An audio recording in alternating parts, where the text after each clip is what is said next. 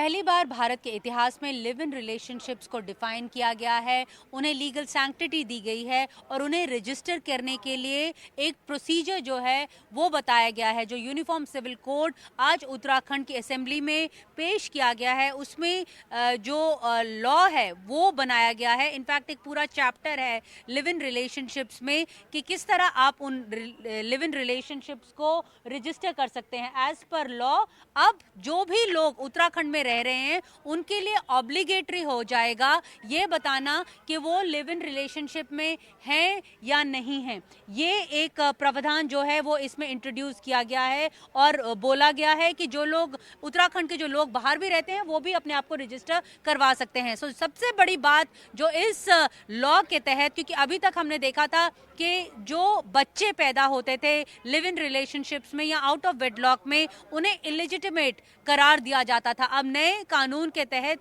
ये वर्ड जो है उसे हटा दिया गया है।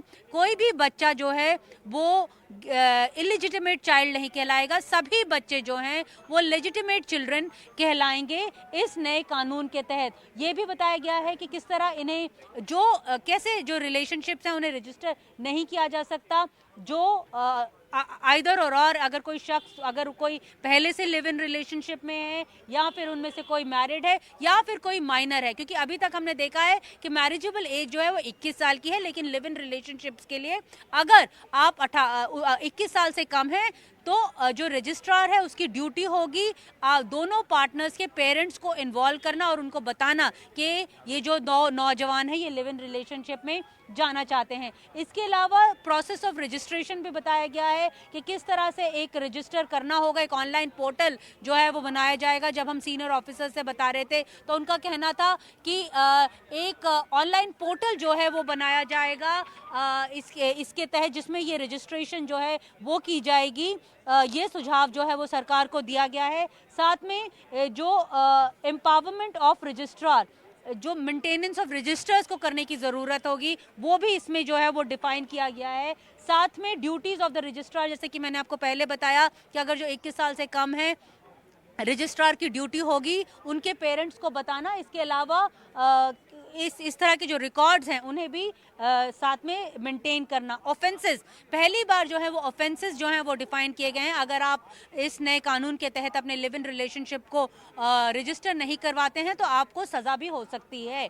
ये सज़ा जो है धारा 381 के तहत दी जाएगी। जुडिशल मैजिस्ट्रेट जो है वो आपको सज़ा दे सकता है जो 3 महीने तक की हो सकती है और 10,000 रुपया जो है आपको जुर्माना भी हो सकता है। अगर आप कोई फॉल्स इंफॉर्मेशन देते हैं अपने लिव इन रिलेशनशिप के तहत, जो ऑनलाइन पोर्टल है उसमें जो रजिस्ट्रेशन है उसके तहत, तब भी आपको सज़ा हो सकती है। और जो आपको सज़ा है तब 3 महीने की होगी और जो फाइन है वो 25,000 का होगा।